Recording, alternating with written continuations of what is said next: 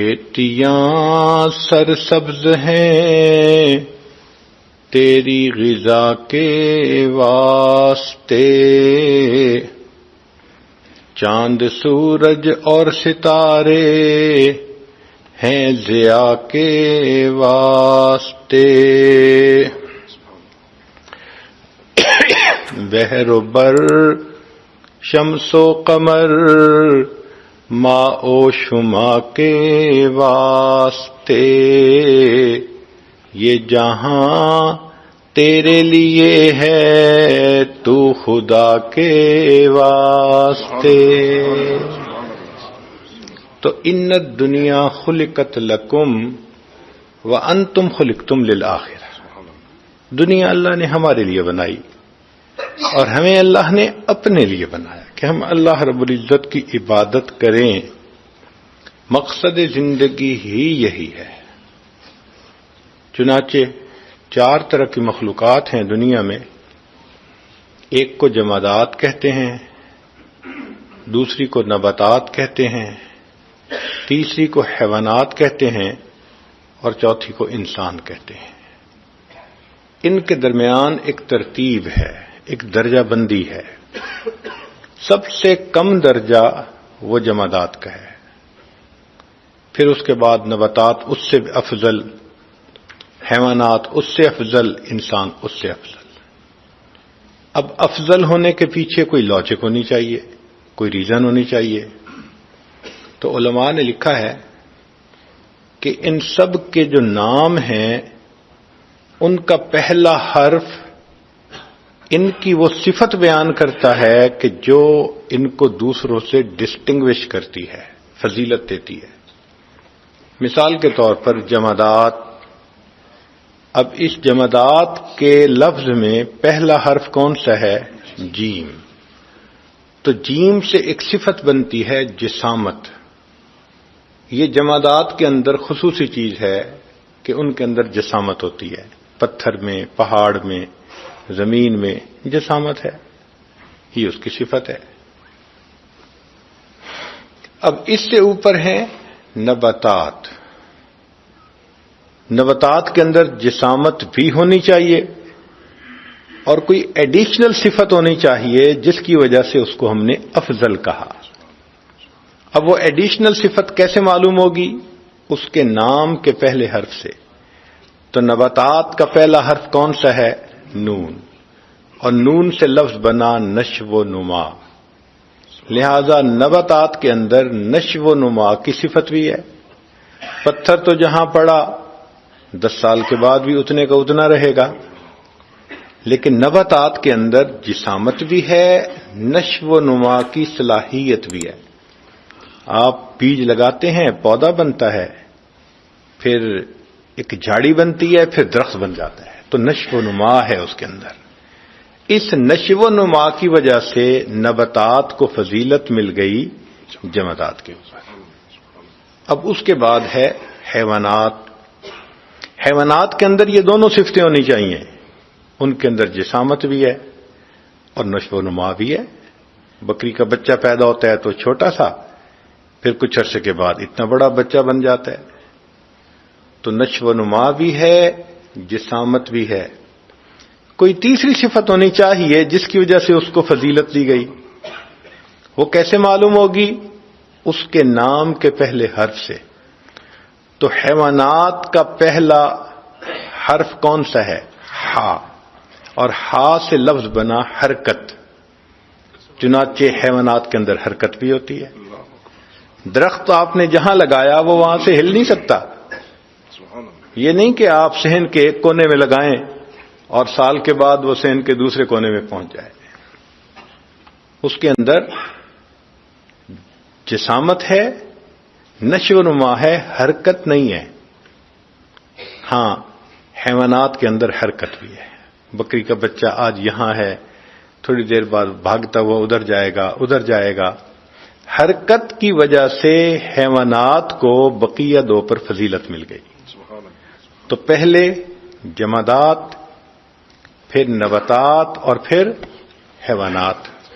اب یہ 3 صفتیں بن گئیں۔ ان سے اوپر ہے انسان۔ انسان میں یہ 3 صفتیں بھی ہونی چاہیے. انسان کے پاس جسامت بھی ہے، نشو و نما کی صفت بھی ہے، حرکت کی صفت بھی ہے، چلتا پھرتا دوڑتا بھاگتا ہے.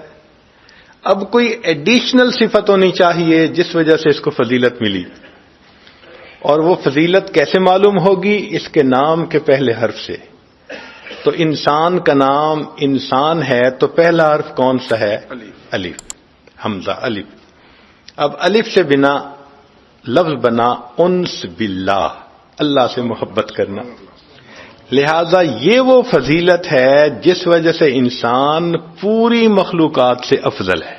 سبحان اللہ، سبحان اللہ. اس میں جسامت بھی ہے، اس میں حرکت بھی ہے، نشو و نما بھی ہے، اور اس میں اللہ رب العزت سے محبت کرنے کا جذبہ بھی ہے. یہ صفت جو ہے نا، محبت کا جذبہ، یہ دوسری مخلوق میں نہیں ہے. یہ عشق کا مادہ اللہ نے فقط انسان میں رکھا ہے، اس کے خمیر میں رکھا ہے، حتیٰ کہ فرشتوں میں بھی نہیں رکھا. فرشتے تو روبوٹ کی طرح ہیں، لا یعصون اللہ ما امرہم ویفعلون ما یؤمرون. جو اللہ نے حکم دے دیا بس فرما بردار بن کر اس کے حکم کو پورا کر رہے ہیں. لیکن محبت کا یہ ولولہ، محبت کا جذبہ، محبت کا درد، محبت کا سوز، یہ فقط انسان کو اللہ نے عطا فرمایا. اس لیے انسان کو اشرف المخلوقات کہا گیا ہے. اب ایک نقطہ اور سمجھ لیجئے کہ ادنا اعلیٰ پہ قربان، ادنا اعلیٰ پہ قربان. چنانچہ جمادات سب سے ادنا تھی اور نباتات اس سے اعلیٰ تھی. لہذا جمادات کو ہم نے قربان کیا نباتات کی خاطر. اسی لیے زمین کے اوپر اتنے گہرے ہل چلاتے ہیں، زمین کا سینہ چیر دیتے ہیں، کوئی نہیں کہتا ظلم ہو رہا ہے. کیوں؟ کہ ادنا اعلیٰ پہ قربان. اب جمادات قربان ہوئی نباتات کی خاطر،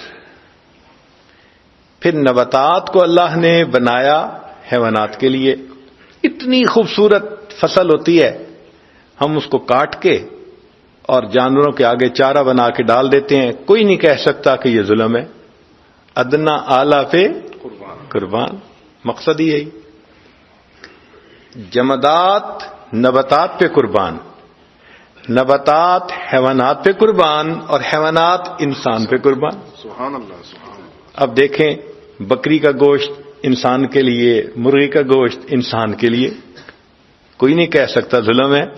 کیوں؟ ادنا اعلیٰ پہ قربان. تو جمادات نباتات پہ قربان، نباتات حیوانات پہ قربان، حیوانات انسان پہ قربان، اور انسان رب رحمان پہ قربان. سبحان اللہ، سبحان اللہ. ادنا اعلیٰ پہ قربان. تو ہمارا جتنا کچھ ہے، جان مال ہر چیز اللہ کے لیے قربان. یہی انسان کی فضیلت ہے. دنیا کے فلاسفروں نے کہا کہ الانسان حیوان ناطق، کہ انسان بولنے والا حیوان ہے. مگر مولانا روم رحمۃ اللہ علیہ نے فرمایا کہ نہیں، انسان کو بولنے والا جانور نہ کہو، بلکہ کہو الانسان عاشق. انسان عاشق ہے، یہ اس کی فضیلت ہے کہ یہ اللہ کا چاہنے والا، اللہ سے محبت کرنے والا، اللہ کی بندگی کرنے والا، اللہ کی عبادت کرنے والا. اس لیے فرمایا کہ ہم نے انسانوں اور جنوں کو عبادت کے لیے پیدا کیا. تو مقصد زندگی اللہ کی بندگی ہے. ہم دنیا میں آئے ہی اسی لیے ہیں کہ اس دنیا میں اللہ کی بندگی کر کے اپنے رب کو راضی کر کے آگے چلے جائیں. یہ مقصد زندگی ہے. اللہ نے ہر انسان کو 2 نعمتوں سے نوازا. ایک کو کہتے ہیں دھڑکتا ہوا دل، اور دوسرے کو کہتے ہیں پھڑکتا ہوا دماغ. یہ دھڑکتا ہوا دل عشق الہی کا مرکز ہے، برتن ہے، اور یہ پھڑکتا ہوا دماغ علم الہی کا برتن ہے. تو 2 نعمتیں ہر انسان کو ملی. ایک کو سوز عشق کہتے ہیں اور دوسرے کو کیف علم کہتے ہیں. سوز عشق بھی عطا کیا اور کیف علم بھی عطا کیا. برتن دیتے بھرتے نہ تو بھی مناسب نہ ہوتا، اور اگر چیزیں دیتے تو برتن کی ضرورت تھی. تو اللہ نے دو نعمتیں ہر بندے کو دیں. ایک دھڑکتا ہوا دل دیا، یہ سوز عشق کا مرکز ہے. ساری محبتوں کا تعلق دل کے ساتھ ہے. اور دوسرا اللہ نے پھڑکتا ہوا دماغ دیا. سارے علوم کا منبع انسان کا دماغ ہے، دنیا کے علوم ہو یا آخرت سے علوم ہو. چنانچہ یہ دو نعمتیں اللہ رب العزت نے انسان کو عطا کی. یہ دونوں الگ الگ نعمتیں ہیں، مگر عقل کا اپنا کام ہے اور دائرہ کار ہے، اور عشق کا اپنا دائرہ کار ہے. عبادت میں عشق کام آتا ہے. عقل کو افکار سے فرصت نہیں، عشق پر اعمال کی بنیاد رکھ. عقل عیار ہے، 100 بھیس بنا لیتی ہے. عشق بیچارہ نہ ملا ہے نہ واعظ نہ خطیب.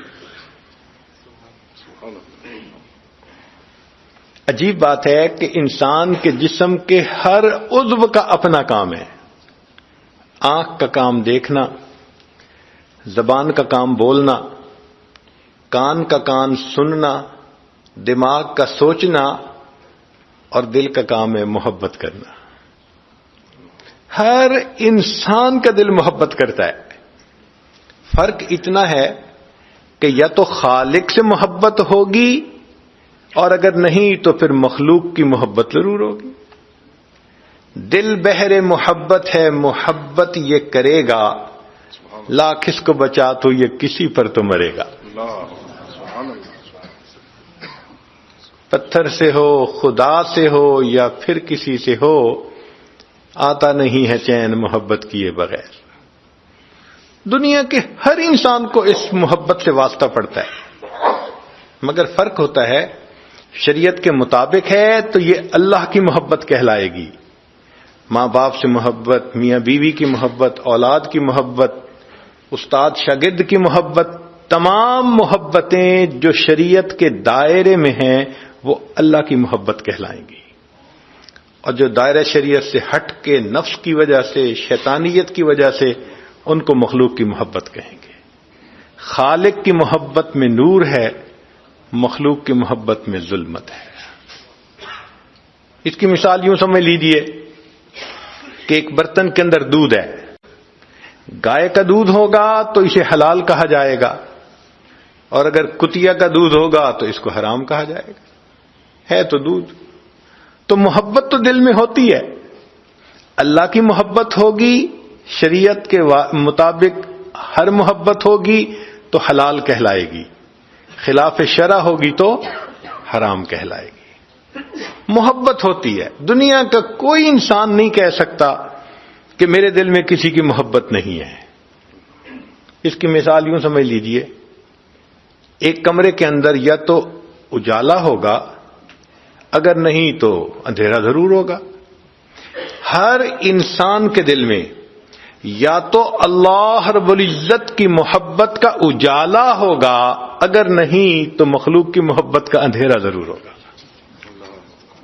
اب یہ ہم پر منحصر ہے کہ ہم اپنے دل میں اجالے کا بندوبست کرتے ہیں یا اپنے دل کے اندر اندھیرے کا بندوبست کرتے ہیں.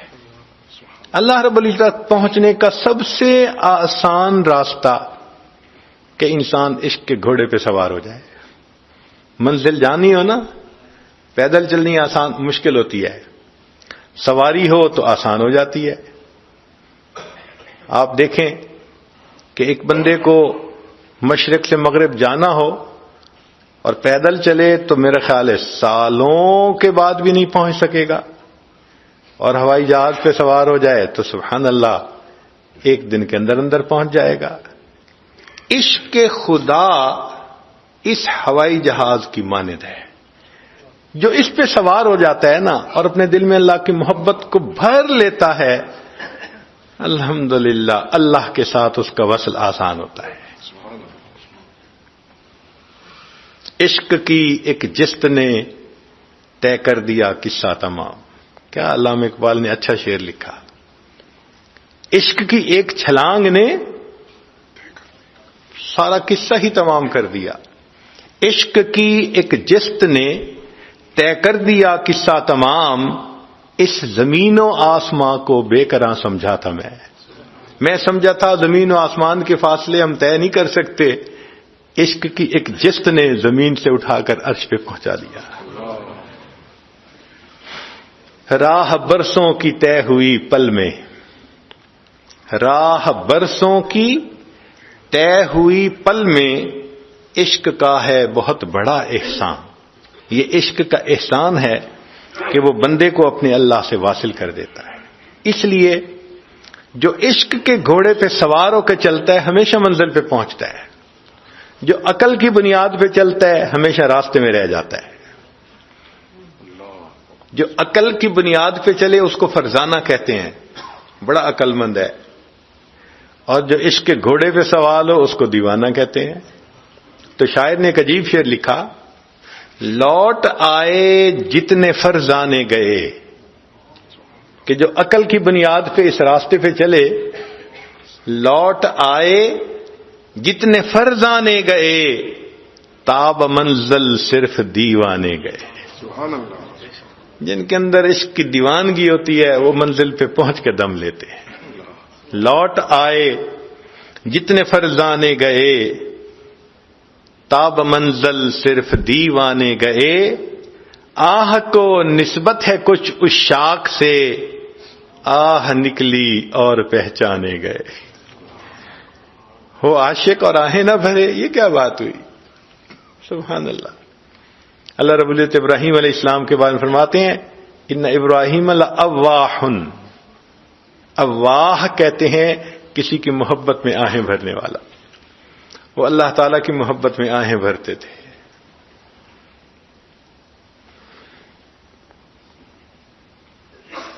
اس لیے عقل و دل و نگاہ کا مرشد اولی ہے عشق. عقل و دل و نگاہ کا مرشد اولی ہے عشق. عشق نہ ہو تو شرع و دین بت کدائے تصورات. شریعت میں سے عشق الہی کو نکال دیں تو پیچھے کیا بچے گا؟ چند تصورات بچ جائیں گے. تو اصل چیز تو اللہ کی محبت ہے. اس لیے جو اللہ کا عاشق بن جاتا ہے پھر مخلوق کا محبوب بن جاتا ہے. عجیب شعر کہا، ہر کے عاشق شد جمال ذات را. جو اللہ تعالیٰ کی ذات کا عاشق بن جاتا ہے، ہر کے عاشق شد جمال ذات را، اوست سید جملہ موجودات را. وہ پوری مخلوقات کا سید سردار بن جایا کرتا ہے. تو اس لیے عقل کے زور پہ جانا مشکل ہے. عشق کی بنیاد بنا لیں تو پھر منزل پہ جانا آسان ہے. علامہ اقبال نے بہت عجیب اشعار کہے ہیں. نالا ہے بلبل شوریدہ تیرا خام ابھی، اپنے سینے میں ذرا اور اسے تھام ابھی. پختہ ہوتی ہے اگر مصلحت اندیش و عقل، عشق ہو مصلحت اندیش تو ہے خام ابھی. کہ اگر عقل ہو اور ہر چیز میں مصلحت کو دیکھیں تو کہتے ہیں بڑی پختہ عقل ہے، اور عشق اگر مصلحتوں کو دیکھیں تو کہتے ہیں یہ بھی کچا ہے. پختہ ہوتی ہے اگر مصلحت اندیش عقل، عشق ہو مصلحت اندیش تو ہے خام ابھی. عشق فرمودہ قاصد سے صبح گام عمل، عقل سمجھی ہی نہیں مانی یہ پیغام ابھی.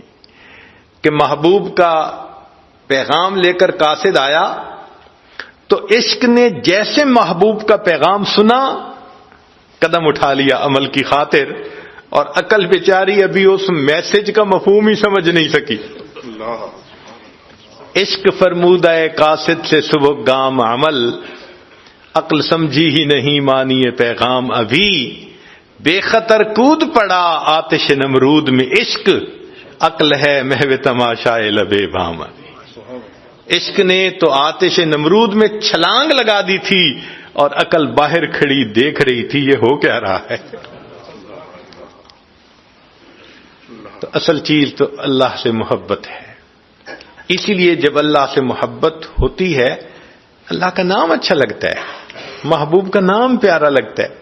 ایک دفعہ نام لینے سے جی نہیں بھرتا, نام لے کے بدن میں مٹھاس آ جاتی ہے.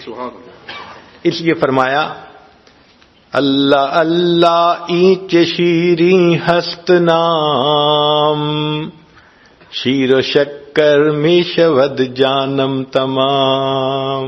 کہ جب میں اللہ اللہ کا نام لیتا ہوں میرے پورے جسم میں اس طرح مٹھاس آ جاتی ہے جیسے دودھ میں چینی ڈالنے سے پورا کا پورا دودھ میٹھا ہو جایا کرتا ہے. نام لینے سے مزہ آ جاتا ہے. اب یہ عشق ملتا ہے کثرت ذکر سے. اصول یہ ہے کہ ذکر سے ذات کی محبت پیدا ہوتی ہے. چنانچہ شریعت نے جہاں حکم دیا فرمایا اذکروا اللہ ذکرن کثیرا والذاکرین اللہ کثیرا والذاکرات. یہ جو کثرت کا حکم دیا اس کی بنیاد یہی تھی کہ میرے بندے کثرت سے میرا ذکر کریں گے, ان کے دل میں میری محبت آئے گی اور محبت ان کے لیے میرے ساتھ وصل کا سبب بن جائے گی. ایک نقطہ, جس نے اللہ رب العزت کو پہچانا, جس نے اللہ رب العزت کو پہچانا وہ اللہ تعالی سے محبت کیے بغیر رہ نہیں سکتا, اور جس نے دنیا کی حقیقت کو پہچانا وہ دنیا سے نفرت کیے بغیر رہ نہیں سکتا. یہ دھوکے کا گھر ہے. یہ انسان کو اللہ سے غافل کرتی ہے, آخرت سے غافل کرتی ہے. تو جو دنیا کی حقیقت کو پہچانے گا وہ دنیا سے نفرت کرے گا, اور جو اللہ رب العزت کی عظمت کو پہچانے گا وہ اللہ رب العزت سے محبت کیے بغیر رہ نہیں سکتا. اسی لیے جبریل علیہ السلام نبی علیہ السلام کی خدمت میں حاضر ہوئے, اے اللہ کے حبیب صلی اللہ علیہ وسلم عش ما شئت فإنک میت, جتنا چاہیں آپ دنیا میں زندہ رہیں ایک دن آپ کو اللہ کے پاس جانا ہے. وَأَحْبِبْ مَنْ شِئْتَ فَإِنَّكَ مُفَارِقُ, جس سے چاہیں آپ محبت کریں ایک نہ ایک دن آپ نے اس سے جدا ہونا ہے. یہ جو مفارق ہو یہ باب مفاعلہ کا صیغہ ہے. جہاں بھی دنیا کی محبت ہوگی ایک دن جدائی ہونی ہے. اب کوئی کہے جی ہم میاں بیوی میں بڑی محبت ہے, بھئی جتنی محبت رہے موت بالآخر جدا کر دیتی ہے. جدائی تو ہے, انجام ہی جدائی ہے. تو جو مخلوق سے محبت کرے گا ایک نہ ایک دن مخلوق سے جدا کر دیا جائے گا. جو اللہ رب العزت سے محبت کرے گا ایک نہ ایک دن اللہ سے ملا دیا جائے گا. سبحان اللہ. سبحان اللہ.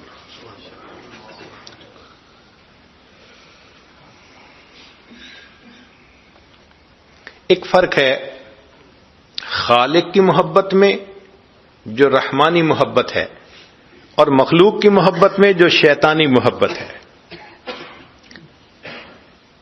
خالق کی محبت سے دل میں نور آتا ہے, مخلوق کی نفسانی محبت سے دل میں ظلمت آتی ہے.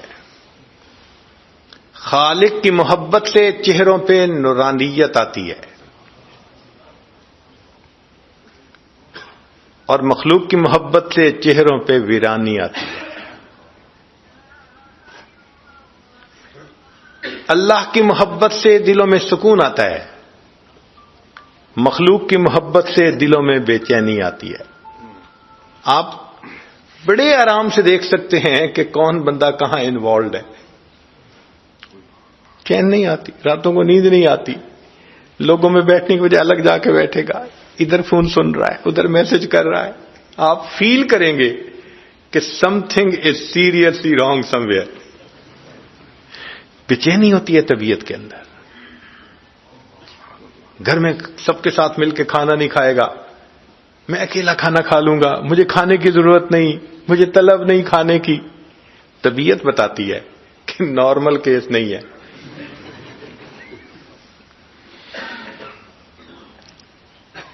اللہ رب العزت کی محبت سے دلوں میں سکون آتا ہے، مخلوق کی محبت سے دلوں میں بے چینی آتی ہے۔ اللہ رب العزت کی محبت کا انجام ہمیشہ اچھا ہوتا ہے، مخلوق کی محبت کا انجام ہمیشہ برا ہوتا ہے۔ اللہ رب العزت کی محبت کے انجام میں ہمیشہ نیک نامی آتی ہے، مخلوق کی محبت کی انجام میں ہمیشہ بدنامی آتی ہے۔ جتنے لوگ اللہ سے محبت کرتے ہیں ان میں آپس میں بھی محبتیں ہوتی ہیں، وہ ایک دوسرے کا بھی احترام کرتے ہیں، ایک دوسرے سے بھی عقیدت رکھتے ہیں، کیونکہ سب اللہ کے چاہنے والے۔ اور مخلوق کے محبت اگر کئی کرنے والے ہوں تو آپس میں حسد ہوتا ہے۔ یوں تو ہوتی ہے رقابت لازمن عشاق میں، یوں تو ہوتی ہے رقابت لازمن عشاق میں، عشق مولا ہے مگر اس تہمت بد سے بری۔ اللہ کی محبت اس تہمت سے بری ہے۔ جتنے اللہ کے چاہنے والے ہوں گے سب ایک دوسرے سے بھی محبت کرنے والے ہیں۔ اللہ کی محبت کا ایک عجیب اور انداز ہے، جو کوئی مخلوق سے ڈرتا ہے وہ دور بھاگتا ہے۔ سانپ سے ڈرا دور بھاگا، شیر سے ڈرا دور بھاگا، کسی انجان بندے سے ڈرا دور بھاگا۔ جو مخلوق سے ڈرتا ہے وہ کیا کرتا ہے؟ دور بھاگتا ہے۔ جو مخلوق سے ڈرتا ہے وہ دور بھاگتا ہے، جو اللہ رب العزت سے ڈرتا ہے وہ اور اللہ کے قریب ہو جاتا ہے۔ سبحان اللہ۔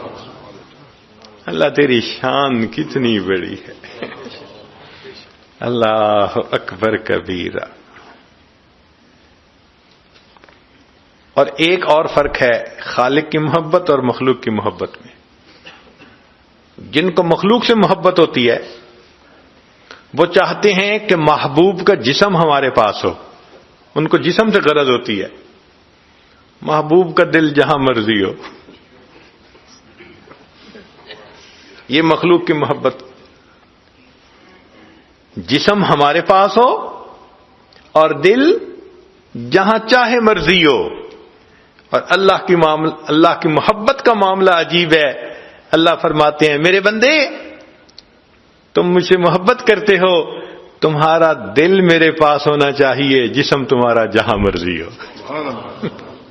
تم بازار میں بیٹھے ہو مجھے پھر بھی اچھے لگتے ہو، مسجد میں ہو پھر بھی اچھے لگتے ہو، بس تمہارا دل ہر وقت میرے پاس ہونا چاہیے۔ اللہ کو دل چاہیے۔ تو اس لیے ہمیں چاہیے کہ ہم اپنے دل میں اللہ کی محبت کو بسائیں۔